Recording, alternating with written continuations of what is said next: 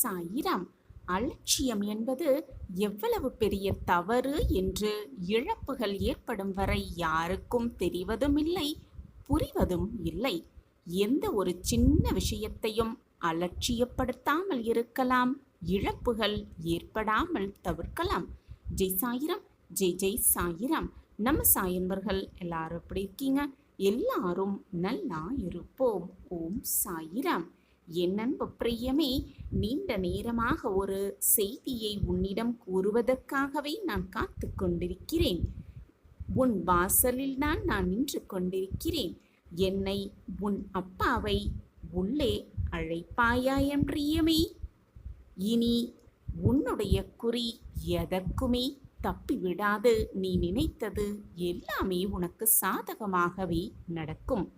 ஆம் என் பிரியமே, உன்னுடைய வெற்றிக்காக நீ உழைத்துதான் ஆக வேண்டும்.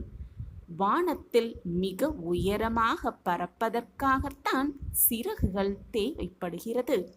பறக்க வேண்டும் என்று ஆசைப்படுவதற்கும் பறக்க வேண்டும் என்று முயற்சி செய்வதற்கும் சிறகுகள் தேவையில்லை என் பிரியமே. சிறகுகள் தேவையே கிடையாது, நம்பிக்கையே போதும். உன்னுடைய இலக்குகள் பெரிதாக இருக்கிறது என்றும் அதை அடைவதற்கான தகுதிகள் எதுவுமே உன்னிடத்தில் இல்லை என்றும் நீயே உன்னை தாழ்த்திக் கொண்டே இருக்காதே எப்பொழுதுமே. ஆம் என் குழந்தா, எப்பொழுதும் உன்னை நீயே தாழ்த்திக் கொள்ளாதே. உன்னுடைய வாழ்க்கையில் இப்படி நடந்துவிட்டதே, இனி என்னதான் செய்வது என்று தெரியாமல், ஒரு ஓரமாக என்ன செய்வது என்று தெரியாமல் உட்காராமல் உன்னுடைய வாழ்க்கையை எப்படி அடுத்த கட்ட நிலைக்கு எடுத்துக்கொண்டு செல்லலாம் என்றுதான் நீ இப்பொழுது யோசனை செய்ய வேண்டும். ஆம் என் குழந்தையே, நீ முன்னேற வேண்டுமென்றால், வாழ்க்கையில் நீ ஜெயிக்க வேண்டுமென்றால், நீதானே அடுத்து என்ன செய்வது என்று யோசித்து அடுத்த இலக்கை அடைவதற்கு போராட வேண்டும், சென்று கொண்டே இருக்க வேண்டும். அப்படி செய்யாமல் இப்படியே சோர்ந்து போய் உட்கார்ந்திருந்தால் அடுத்த கட்ட நிலைக்கு எப்படி உன்னால் செய்ய முடியும் என் பிரியமே? அடுத்த கட்ட முயற்சிக்கு செல்வது முயற்சி செய்தால் மட்டும்தானே தவிர உன்னால் அடுத்த நிலையை அடைய முடியும். உனக்கு துணையாக இந்த சாய் இருக்கும் பொழுது ஏன் பயப்பட்டு கொண்டே உட்கார்ந்திருக்கிறாய்? நல்ல வாழ்வை அமைத்து கொடுப்பதற்காக நான் இருக்கிறேன் குழந்தையே. நீ கேட்டது எல்லாம் நடக்க துவங்கிவிட்டது. இனி என்ன கவலை உனக்கு? என்ன கவலை உனக்கு என் பிரியமே? எல்லாமே சந்தோஷமான சூழ்நிலையாக இனி உன்னை வந்து சேரும். நீ நிம்மதியாக இருக்க வேண்டும் என்று நினைத்தால் எதையுமே எந்த சூழ்நிலையிலும் உன்னை விடவும் நீ உயிராக தவமிருக்கும் உன் சாயப்பாவை விட பெரிது எதுவும் இல்லைதானே? உனக்கு வரும் கஷ்டங்களை தாங்க முடியும் என்ற நம்பிக்கை உன்னிடத்தில் இருந்தால் நிச்சயமாக நீ அதை தாங்குவாய். நீயாக சொல்லிப்பார், உன்னுடைய வேதனை எனக்கு நன்றாகவே புரிகிறது என் பிரியமே. எவ்வளவு காலம்தான் இப்படி இருப்பேன் சாயி என்றுதானே கேட்கிறாய்? நிச்சயமாக குழந்தையே, உன்னுடைய குழப்பமான மனநிலையை நான் தெளிவுபடுத்துவதற்காகத்தான் என்ன செய்யலாம் என்று யோசித்தும் கொண்டிருக்கிறேன். ஆம் என் குழந்தையே, வாழ்க்கையில் புயல் வருகிறதா? அப்பொழுது கூட நீ புலம்பாமல் இரு. உன்னுடைய வாழ்க்கைக்கு துணையாக உயரத்தில் உனக்கு உன் கைக்கு கிடைக்கப் போகிறது. மிக பிரம்மாண்டமாக ஒன்று உன் கைக்கு கிடைக்கப் போகிறது என்றுதான் அர்த்தம். அடுத்த கட்ட கஷ்ட சூழல் வந்தால் உன் வாழ்க்கையை உயர்த்துவதற்கு ஏதோ ஒன்று நடக்கப் போகிறது என்றுதான் அர்த்தம். அப்படித்தான் குழந்தையே, நீ உன்னுடைய மனதில் நினைத்து கொள்ள வேண்டும். நிச்சயமாக சந்தோஷம் கிடைக்கும் என்று முழுவதுமாக நம்பு. அந்த நேரத்திற்குள் என்மேல் நீ கொண்ட முழு நம்பிக்கையும் பொறுமையும் உன்னை எப்பொழுதுமே காவலாக இருக்கும். அப்பாவை நம்பு என் பிரியமே. உன்னுடைய மனமானது இப்பொழுது வேறு எதையோ நினைத்து கொண்டிருக்கிறது. உன்னுடைய மனதில் பயம்தான் ஓடிக்கொண்டிருக்கிறது. உன்னுடைய எல்லா கவலைகளும் பயத்தை நோக்கி அழுத்திக் கொண்டிருக்கிறது. கவலைப்படாதே என் பிரியமே. உன்னை அனைத்திலும் சிறந்து விளங்கும்படி நான் நிச்சயமாக செய்வேன். நீ விரும்பிய வாழ்க்கையை நான் வாழ செய்வேன். உன்னுடைய தோற்றங்களானதோ புது பொலிவோடு அனைவரும் கவரும்படி இருக்கும். நிச்சயமாக நான் சொல்வதெல்லாம் நிஜம் என்று நீயே புரியும் அளவிற்கு எல்லாம் உன் வாழ்வில் உனக்கு சாதகமாகவே நடக்கும். எனக்கு நன்றி மேல் நன்றி சொல்லும் நேரமும் கூட வந்திருக்கிறது. என் பிள்ளையின் நல்ல வாழ்க்கையை எனக்கு மகிழ்ச்சியை தரும். நிச்சயமாக உன் தடைகளெல்லாம் தூக்கி எறிந்துவிட்டு வெற்றியடையப் போகிறாய். நானும் அதை பார்க்கத்தான் போகிறேன். அதற்கான பிரதிபலன் உனக்கு கிடைக்கத்தான் போகிறது என் பிரியமே. சோதிப்பது காலமாக இருந்தாலும் கூட சாதிப்பது நீயாகத்தான் இருக்கப் போகிறாய். உன்னிடம் திறமைகள் அதிகமாகவே கொட்டி கிடக்கிறது. கொட்டி கிடந்தாலும் கூட வெற்றிகளை பெற துடித்து கொண்டிருந்தாலும் கூட சில தடைகளானது உன் வேகத்தை எப்பொழுதும் குறைத்து கொண்டிருக்கிறது என்பதை உணர்ந்து கொள். அந்த தடைகள் உனக்கு மட்டும்தான் தெரியுமா பிரியமே? எனக்கும் தெரியும். கவலைப்படாதே. நிச்சயமாக அந்த தடைகளை நான் முறியடைக்க செய்கிறேன். அதற்குண்டான வேலைகளை தான் நான் பார்த்து கொண்டிருக்கிறேன். உன்னை ஏமாற்றி விட்டோனோ? இல்லையோ, நான் உன்னை ஏமாற்றவில்லை என் பிரியமே. உன் நம்பிக்கை பொறுமைதான் உன்னை சோதித்து பார்த்தது. உன்னை நான் ஏமாற்றவே மாட்டேன். நீ என்னுடைய பொக்கிஷம். நான் தேடி கண்டுபிடித்த பொக்கிஷம். என் அன்பு பிரியமே, உன்னுடைய மனதில் நம்பிக்கை இருக்கிறது. அதனால்தான் நீ நடக்கும் பாதையை உன்னுடைய சாயி நேரானதாக வைத்து கொண்டிருக்கிறேன். ஆம் என் பிரியமே, உன்னால் பறக்க முடியாவிட்டால் ஓடு. ஓடவும் உன்னால் முடியாவிட்டால் நடந்து செல்லவாது செல்பெல் என் பிரியமே. நடக்கவும் முடியவிட்டால் தவழ்ந்து செல். உனக்கு தேவை என்ன தெரியுமா? உன்னுடைய இலக்கை அடைய வேண்டும். அதுதான் உன்னுடைய சிந்தனையாக இருக்க வேண்டும். அதற்காக நீ எப்படி வேண்டுமானாலும் செல்லலாம் என் பிரியமே. அப்படித்தான் தங்கமே. என்ன நேர்ந்தாலும் உன் இலக்கை நோக்கி செல்வது மட்டும்தான் உன்னுடைய குறிக்கோளாக இருக்க வேண்டும். அதை விட்டுவிட்டு நடக்கவில்லையே, தடைகளாக இருக்கிறதே என்று நீ வருத்தப்பட்டு கொண்டிருந்தால் எதையுமே உன்னால் சரிவர செய்யவே முடியாது. முதலில் உன்னுடைய இலக்கின் மீது ஆசைப்பட பழகிக்கொள். அதன் பிறகு எல்லாமே ஒவ்வொன்றாக உனக்கு நிறைவேறும். ஆம் என் குழந்தையே, பிடித்ததை செய்து வாழ்க்கையில் முன்னேற வெறும் விருப்பம் மட்டும் இருந்துவிட்டால் போதாது என் பிரியமே. அதற்கு தடையாக இருப்பவர்களை எதிர்கொள்ள கொஞ்சம் துணிவும் உனக்கு மிக மிக அவசியம். ஆம் என் பிரியமே, நீ உயர பறக்க ஆசைப்படுவதில் எந்த தவறும் இல்லைதான். ஆனால் அதற்கு முன்பாக உன்னுடைய மனதில் உள்ள அழுத்தங்களையும் பாரங்களையும் நீ குறைத்து கொள்ள வேண்டும். பாரங்களை முதலில் குறைத்து கொள்ள வேண்டும். புதியதாக நீ எது ஒன்றை முயற்சி செய்தாலும் அதை பற்றி குறை சொல்ல 1000 பேர் உன்னை சுற்றி இருக்கத்தான் செய்கிறார்கள். அதிகமான பேர் இருந்து கொண்டுதான் இருக்கிறார்கள். அதையெல்லாம் நீ காதில் வாங்கிக் கொள்ளாதே என் பிரியமே. யாருக்காகவும் உன் முயற்சிகளை நீ கைவிடாமல் முன்னேறி சென்று கொண்டே இரு. பயணித்து கொண்டே இரு. உனக்குள் இருக்கும் அறியாமை இருளை போக்கிக் கொள்வதற்கான வழிகளை தேட பழகிக்கொள். உனக்கு தோல்விகள் வருவதற்கும் துன்பங்கள் விளைவதற்கும் உன்னுடைய அறியாமையை தவிர வேறு எதுவுமே காரணம் இல்லை என்பதை மட்டும் புரிந்து கொள். அதுதான் காரணம். நீ இப்பொழுது இருக்கும் நிலைமைக்கு நீதான் முழு பொறுப்பு. நீ எப்படியெல்லாம் இருக்க வேண்டும் என்று விருப்பப்படுகிறாயோ ஆசைப்படுகிறாயோ அப்படி உன்னை அமைத்து கொள்ளும் ஆற்றல் உன்னிடத்தில்தான் இருக்கிறது என்பதை உணர்ந்து கொள்ள கற்றுக்கொள். ஆம் என் குழந்தையே, உன்னிடத்தில்தான் இருக்கிறது. தேவையானவைகளை தெரிந்து கொள்ளாமல் உன் தோல்விகளுக்கும் இயலாமைக்கும் நீயே காரணக்கர்த்தா ஆகிவிடாதே.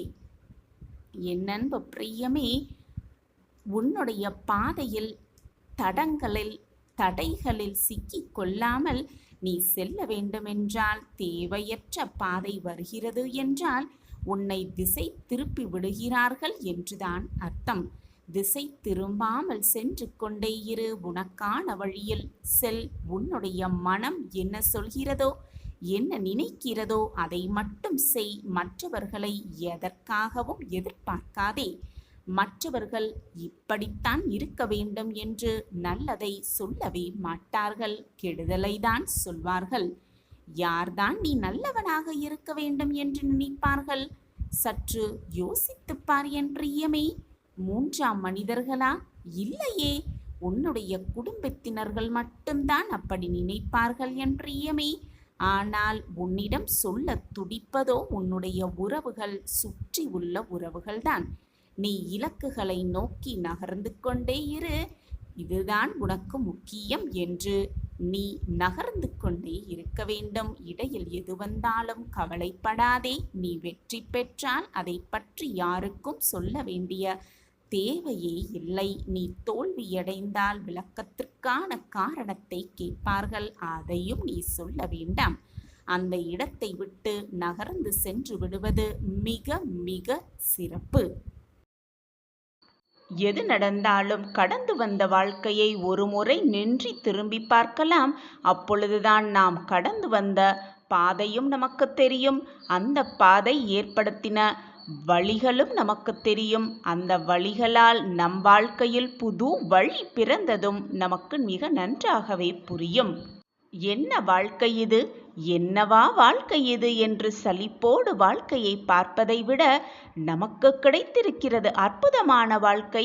இந்த அதிசயமான வாழ்க்கையை சந்தோஷமாக வாழலாமே என்று ஒரு முறை மாற்றி சிந்தித்து பார்த்தாலே போதும், வாழ்க்கை நமக்கு ஸ்வர்க்கமாகவே தெரியும். அப்படி இல்லாமல் என்னடா வாழ்க்கை இது என்று சோர்வாகவும் வாழும் நம்பிக்கையே இல்லாமலும் வாழ்க்கையை பார்த்தால் வாழும் வாழ்க்கை நரகமாகத்தான் இருக்கும்.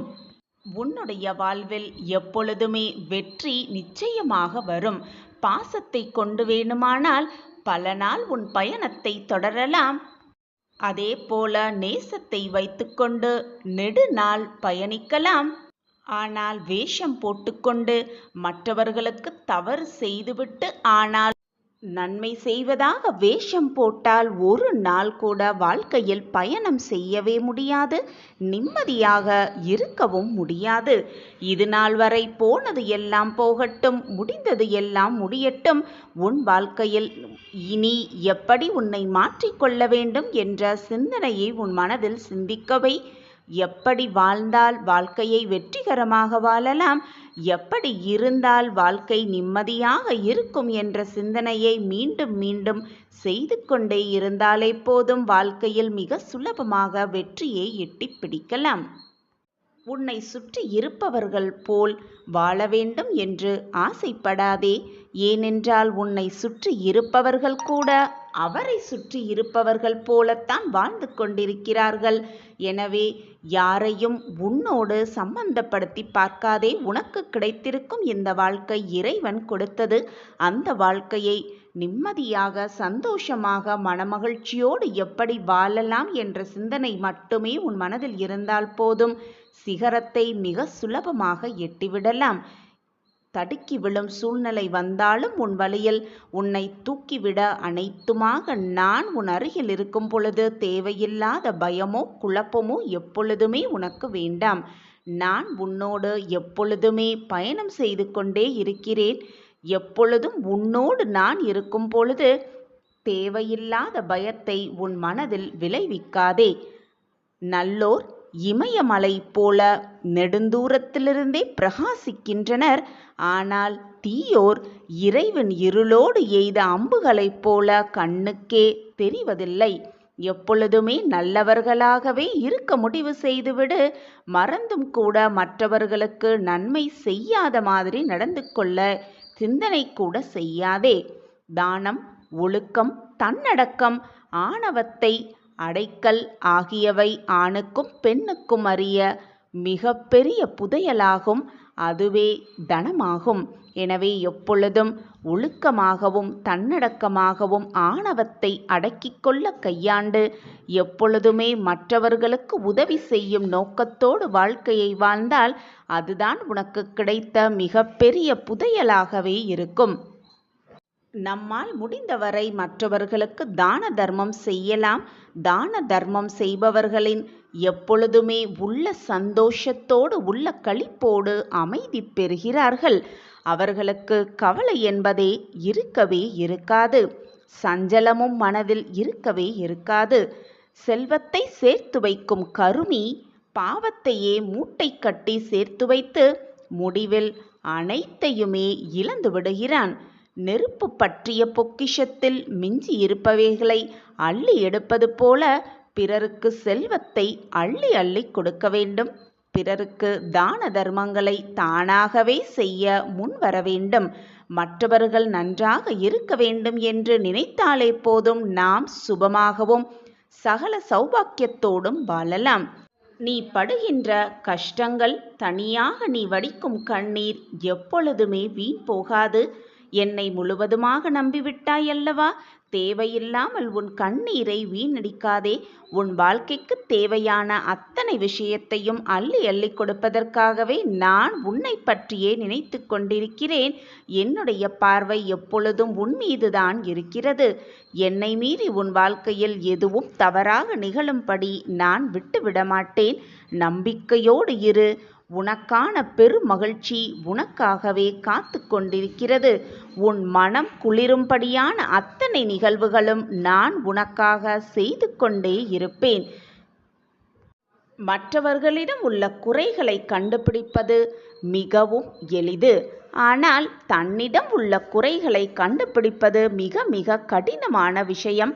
அந்த கடினமான விஷயத்தை கையாண்டு நம்மிடம் என்ன குறை இருக்கிறது என்பதை ஆராய்ந்து வாழ்க்கையை எப்படி திருத்தலாம், நம் குறைகளை எப்படி குறைக்கலாம், வாழ்க்கையில் எப்படி வெற்றியை அடையலாம் என்பதை சிந்தித்து செயல்பட்டாலே போதும், அனைத்தையும் மிக சுலபமாக வெற்றியை பெறலாம்.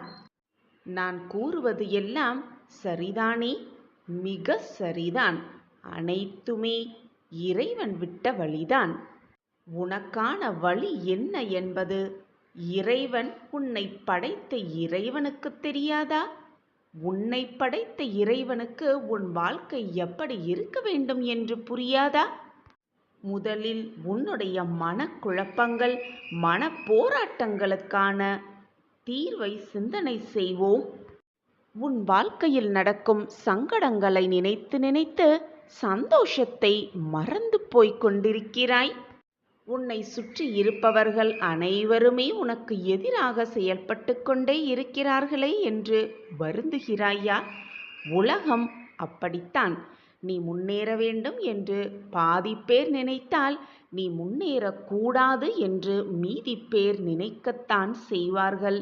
இதுதான் மனித மனமும் கூட. நீ எதிர்பார்த்து காத்து கொண்டிருப்பது உன்னை நெருங்கும் தருவாயில் அதை உனக்கு கிடைக்க விடாமல் தடுப்பதற்காக 1000 சதிகளை 1000 தடங்கல்களை ஏற்படுத்தி கொண்டுதான் இருப்பார்கள்.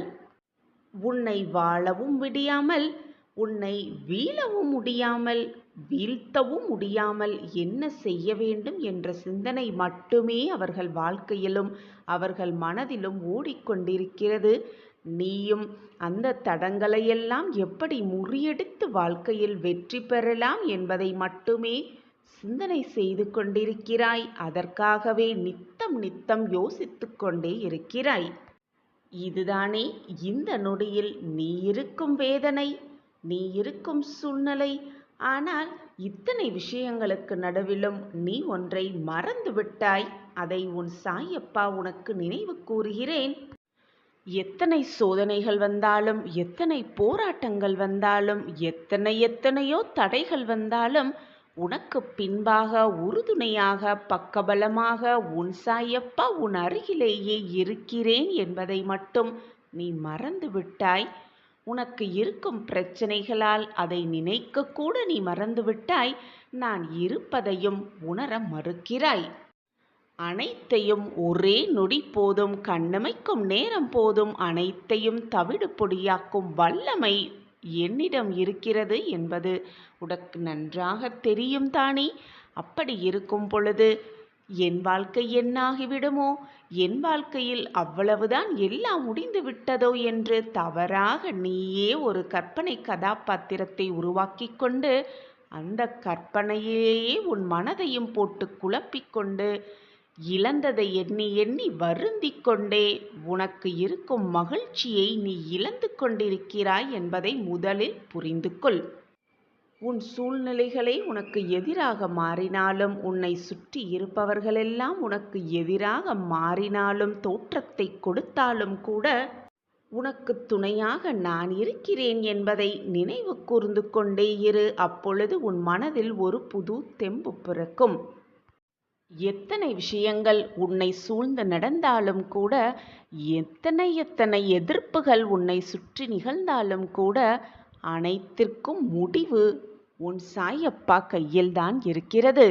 அந்த முடிவை அன்பான, பாசமான, நம்பிக்கையான, நல்ல எண்ணங்கள் கொண்டவர்களுக்கே நான் பரிசாக வழங்குவேன். நல்ல பரிசை தருவேன். நல்ல முடிவாக இருக்கும்படி நான் ஏற்படுத்துவேன்.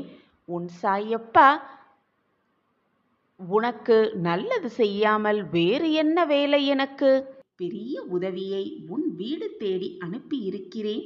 பெற்றுக்கொண்டு சந்தோஷமாக புது அத்தியாயத்தில் உன் வாழ்க்கை பாதையை பயணிப்பாய். பிரியமே, ஏதாவது ஒரு வழியில் உனக்கும் நான் பதில் சொல்லிக் கொண்டுதான் இருக்கிறேன். என்னை உணர்ந்து கொள்ளும் நேரத்தையும் நான் உருவாக்கி இருக்கிறேன். உனக்கான உதவியை யாரோ ஒருவரிடத்தில் உனக்காகவே அனுப்பி இருக்கிறேன். பெற்றுக்கொள். நான் எங்கும் நிறைந்துள்ளேன். அனைத்து உயிரிலும் கலந்து உள்ளேன். உன் சாயிநாதர். உதவி என்று என்னை அழைக்கும் நேரத்தில், என்னை காப்பாற்றுங்கள் சாயிநாதரே என்று உன் குரல் கேட்கும் நேரத்தில், அடுத்த நொடியே உன்னை காப்பாற்ற, உன் வாழ்க்கையை மீட்டெடுக்க நான் நிச்சயமாக வருவேன். வந்து அருள் புரிவேன். உன்னை ஆசிர்வதிப்பேன் என்பது நிச்சயமான உண்மை. உன் சாயப்பா இருக்கிறேன். எதற்குமே கலங்காதே என் கண்மணியே. நீ கூப்பிட்ட அடுத்த நொடியே பளிச்சென்று உன் மூளைக்கு உதிக்கும்படி நான் அங்கு இருப்பேன். நீ அதை உணரும் தருணத்தையும் நான் உனக்காக ஏற்படுத்துவேன். நீ பல நாள் என்னிடம் கேட்ட வரத்தை, நல்ல செய்தியை, மகிழ்ச்சியான செய்தியை, இனிப்பான செய்தியை இன்றே உனக்காக நான் தரப்போகிறேன். நம்பிக்கையாக இரு. எல்லாம் உனக்கு சாதகமாகவே அமையும். சந்தோஷமாக நீ உன் வாழ்க்கையில் வாழ்வாய். சர்வ நிச்சயமாக வாழ்வாய். உன் சாயப்பா இருக்கும் பொழுது வீணாக உன் மனதை போட்டு குழப்பிக்கொண்டே இருக்காதே. ஏதாவது ஒரு ரூபத்தில் வந்து நிச்சயமாக உனக்கு உதவி செய்வேன். அது மனித ரூபமாக இருந்தாலும் சரி, பட்சிகளாக இருந்தாலும் சரி, விலங்குகளாக இருந்தாலும் சரி, ஆனால் என்னுடைய உதவி உனக்கு நிச்சயமாக கிடைத்தே தீரும். உதவி கிடைக்கும். நிச்சயமாக உன் துன்பம் தீரும் என்பது மட்டும் நிதர்சனமான உண்மை. உன் சாயப்பாவின் வாக்கு என்றைக்கும் பொய்யாகாது. என்னை நம்பியவர்களை நான் விட்டு கொடுத்ததும் இல்லை, அவர்களை விட்டு சென்றதும் இல்லை. உன் சாயப்பாவை விட்டு விலகி போகும்படி அவர்களை அறிவுறுத்தியதும் இல்லை. உன்னை நல்வழிப்படுத்துவதற்காகவே உனக்கு கஷ்டங்களை தருகிறேன் என்பதை தீர்க்கமாக நம்பு. கஷ்டம் வந்துவிட்டால் வாழ்க்கையே முடிந்து விட்டது என்று அப்படியே உட்கார்ந்து விடாதே. கஷ்டம் அதிகமாக வருகிறது என்றால் அதைவிட நல்லது வந்து கொண்டே இருக்கிறது என்று அர்த்தம். மகிழ்ச்சியாக இரு. நிம்மதியாக இரு. எதற்குமே கலங்காதே. நான் இருக்கிறேன் அனைத்திற்கும் சாட்சியாக. என்னை மீறி உன் வாழ்க்கையில் எதுவும் தவறாக நிகழாது. ஓம் சாயிராம். ஓம் சாயிராம்.